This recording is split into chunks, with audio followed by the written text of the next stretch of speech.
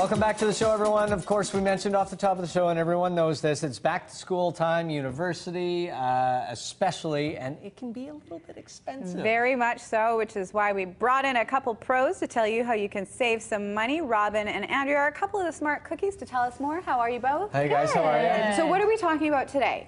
We are talking about not going too far into debt when you are a student, and different ways you can do that. A lot of people, I think, when they go to university, they take out student loans for their actual education and graduate, and they have all this debt, and they think, oh, what's another $1,000 here or there? Yeah, well, and Andrea, for a lot of people, this is the first time that they're ever responsible for their own finances without mom and dad helping. And obviously some people have some help, but for a lot of people, this is the first time they're looking after it all. It is, and it's a lot of money, and it depends on where you're going. If you're living in residence or off campus, there's another added expense as well, and they're out there doing everything on their own. So it's just some simple tips on how they can be smart in ways that they can make extra money and just be more resourceful. And because it is the first time with the whole financial responsibility, a lot of people don't understand the repercussions of debt and how they can accumulate and how you'll wish you save some. Right. Yeah. So let's first of all talk about some tips for savings. Sure. So the first tip is make a spending plan. And we talk about this all the time. Just like adults,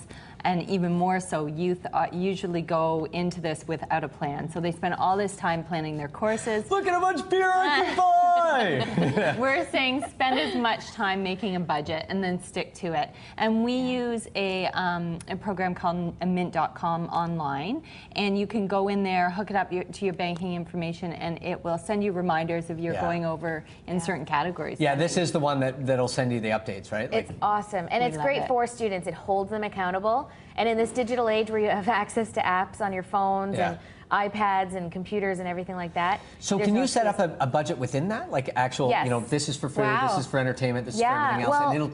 Yeah, and the great thing is it categorizes based on your spending. So if you're spending more on groceries or gas, it'll categorize it based on, okay, you spent 40% on groceries this month or 10% on this. So it shows you where you're spending and where you can trim back your spending. That's amazing. Mint.com. Mint.com. Okay, let's talk about getting student cards, because there's a lot of deals available if you have one. And I'm a big fan of this. And it'll be a great photo memory for decades to come.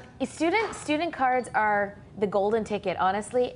Like a lot of places, you can get discounts at restaurants, movie theaters, technology. Apple is really, really great if you're an Apple user. Oh, if you know somebody who has a student discount, it's the only way to get discounted Apple. Exactly. Well, they have an education part of their website where you can go in and actually enter your student number, but student cards are great. Even if they don't post, you know, student discounts, always ask wherever you go, because guaranteed 90% of the time there's going to be a student discount of some sort. Very nice. Now, I think, Robin, everyone's familiar with the idea of swapping textbooks and doing that kind of stuff, but this can be broadened quite a bit for students as well. No, and exactly. Textbooks is ideal example. I did 3 degrees and I never used my textbooks afterwards. So, you know, and years after, you cannot sell them. They're all outdated. So they love to do new editions all the time. That's how they make money. And just clothing and stuff. Sorry, in terms of swapping, like, you know, we're big fans of putting things on Craigslist, selling things that we're not using anymore. I'm afraid of strangers, so I prefer the idea of having people over that are friends to do that kind of thing. Yeah, we do. We do clothing swaps all the time. It's fun. As women, and make it a party. Exactly. Yeah. Exactly. You saying guys don't do clothing swaps? Well, hey, you can be the first. Are you done with those underwear? Or Michael! So everything's going there today.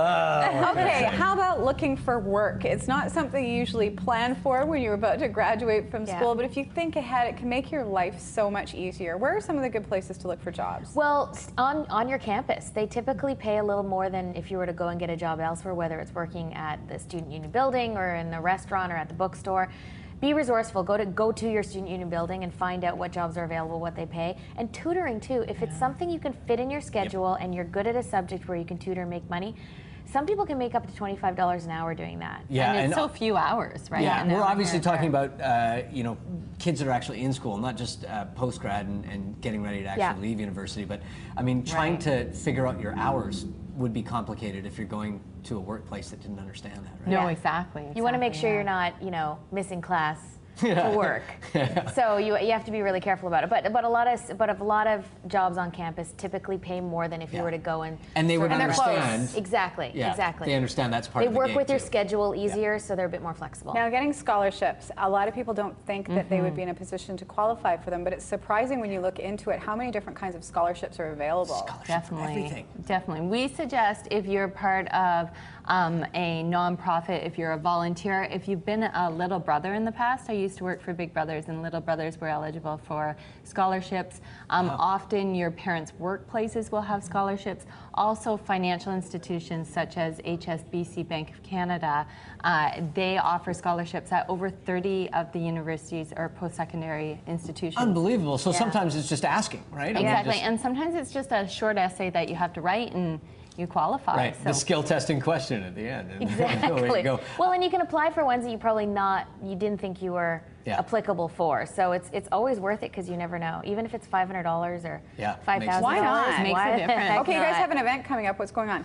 Yeah, so this Thursday in Robson Square, we're doing an event. We're partnering with HSBC Bank of Canada on giving smart strategies to students on staying out of debt, because it's really the small little things you can do in your day-to-day life to help you stay out of debt. And don't apply for all those credit cards they target students for on campus. It'll ruin your credit rating. First day of university, they're out there. Those jerks. I know. They do it to everyone. Card companies. But it really is, I mean, it's one of those things that you start setting up what's going to happen to you when you graduate in 4 or 5, 6 or 7 years, depending on your program. You start setting it up now, because the less debt you have at the end, the farther you are ahead. God, if we had all only known this back then, If I lived within my means at 21, I know. I don't know where I'd be now. All of us got into trouble during these years, so that's why we're so passionate about this. Yeah, Well, it's really thanks so true, much, isn't ladies. it? It sets up lifelong habits and everything else. Thanks, you guys. Thanks again. Always a Thank pleasure. you. We're going to take a break. When we come back, once again, the forum that they're doing with HSBC Bank of Canada, September 15th,